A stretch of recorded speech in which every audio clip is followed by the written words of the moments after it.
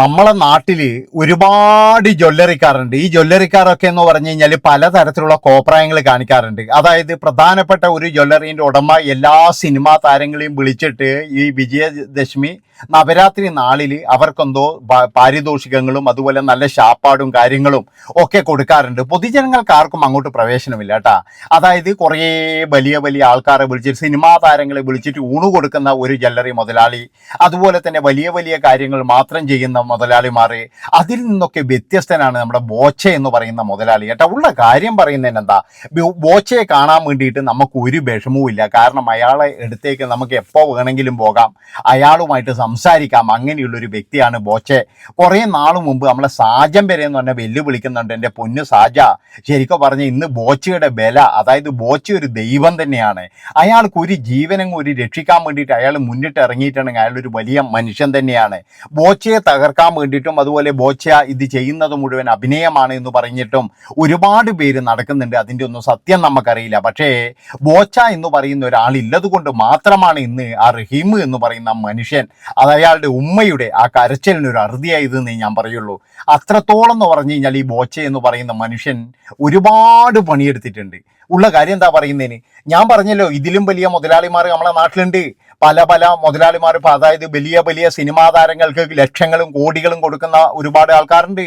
അവരൊന്നും പക്ഷെങ്കിൽ ഇമാതിരി തോന്നിവാസത്തിന് ഇറങ്ങൂല, ഒരാൾക്ക് വേണ്ടിയിട്ട് രക്ഷിക്കാൻ വേണ്ടിയിട്ട് ഒരുത്തിനും ഇറങ്ങൂല. പക്ഷെ ബോച്ച എന്ന് പറയുന്ന ഒരാള്, അയാൾ ലോക്കലാകണ്ടെങ്കിൽ ലോക്കലാകും, വലിയവനാണെങ്കിൽ വലിയവനാകും. എന്തിനധികം പറയുന്ന അയാൾ ഏത് തരത്തിലും പോകും എന്നാണ് എനിക്ക് പറയാനുള്ളത്.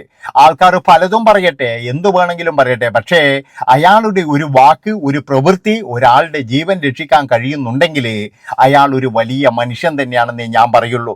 അല്ലാതെ ഇവിടെ നിങ്ങളൊന്ന് ആലോചിച്ച് നോക്ക്, നമ്മളൊക്കെ എന്ന് പറഞ്ഞാൽ ടി വിയിൽ സീരിയൽ കാണുമ്പോൾ ഇന്ന ജ്വല്ലറി ഇന്ന ജ്വല്ലറി ഇന്ന ജ്വല്ലറി എന്നൊക്കെ പറഞ്ഞിട്ട് കുറേ പരസ്യമുണ്ട്.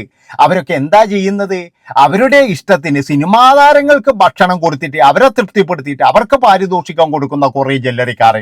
എൻ്റെ അഭിപ്രായത്തിന് നിങ്ങളൊക്കെ സ്വർണം വാങ്ങിക്കുന്നുണ്ടെങ്കിൽ അത് ബോച്ചേൻ്റെ എടുക്കുന്നത് തന്നെ വാങ്ങിക്കണം.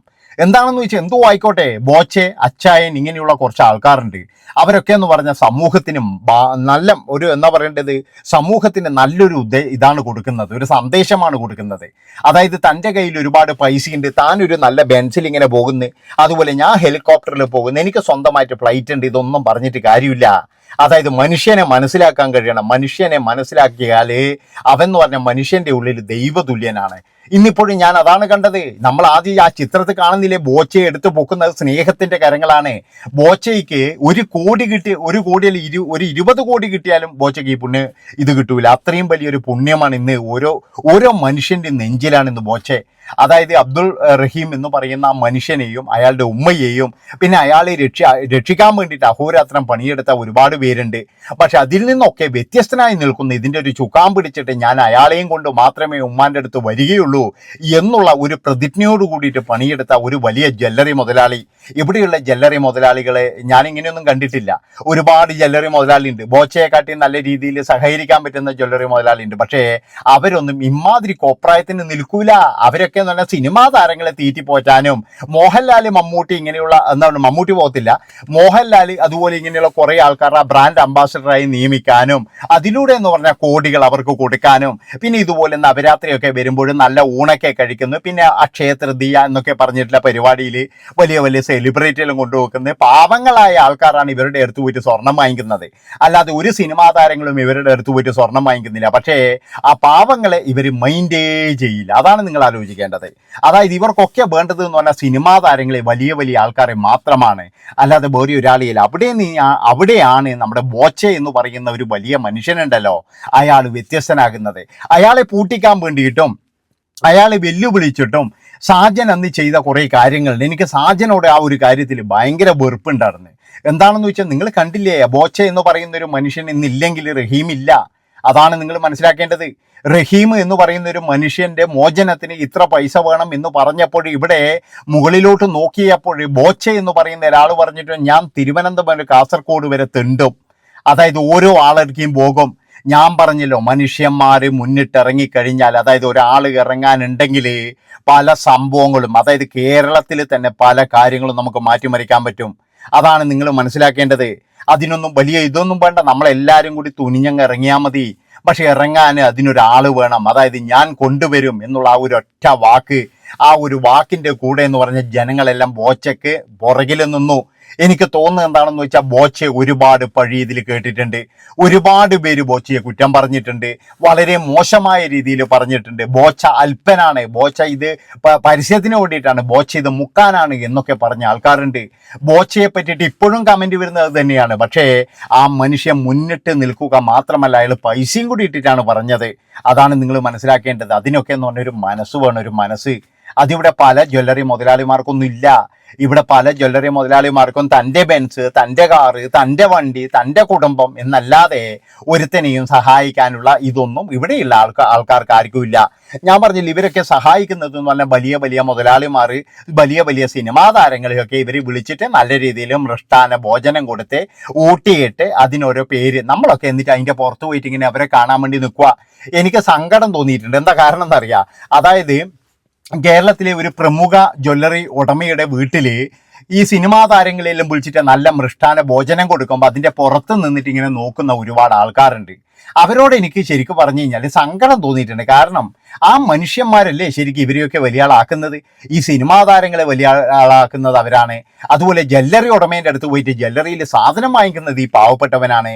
പക്ഷെ അവരെ ഏതെങ്കിലും ഒരു പരിപാടിക്ക് ആരെങ്കിലും വിളിക്കോ? ഒരാൾ പോലും വിളിക്കത്തില്ല. എന്തുകൊണ്ടാ?